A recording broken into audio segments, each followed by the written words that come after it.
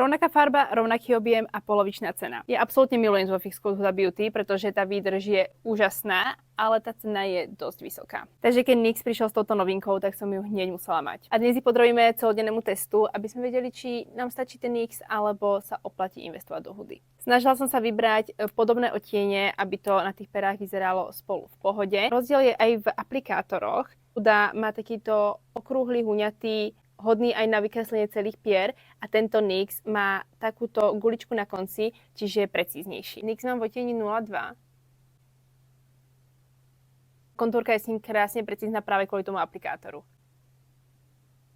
Ja ich vždy trošku ešte rozmažem, nech to nie je tak ostré.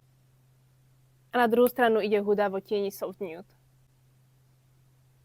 Keď chceš spraviť tenkú linku s tou hudou, musíš sa trošku viac snažiť, pretože ten aplikátor je širší. Ja si ešte zvyknem robiť trošku tieto plnšie okraje. Tak to máme kontúrku hotovú. Nic sa neotláča. Ja si dám na vrch ešte lesk, nech to trošku zjednotím. Teraz máme 11 hodín a toto je čerstvý look.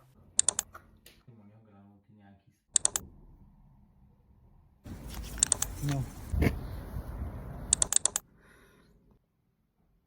Ja som práve po večeri, takže je čas to finálne vyhodnotiť. Aj som sa musela normálne pozrieť spätne na tie prvé videá, aby som zistila, na ktorej strane mám ktorú, pretože podľa mňa vyzerajú úplne rovnako. Je jasné, že tie linky sa počas 8 hodín a toľko jedla a kávy trochu zjemnili, ale stále sú tam viditeľné. A na tejto strane to bol NYX, na tejto strane to bola huda. Ak chceš ušetriť a chceš hlavne viac odtieňov, tak choď do NYX.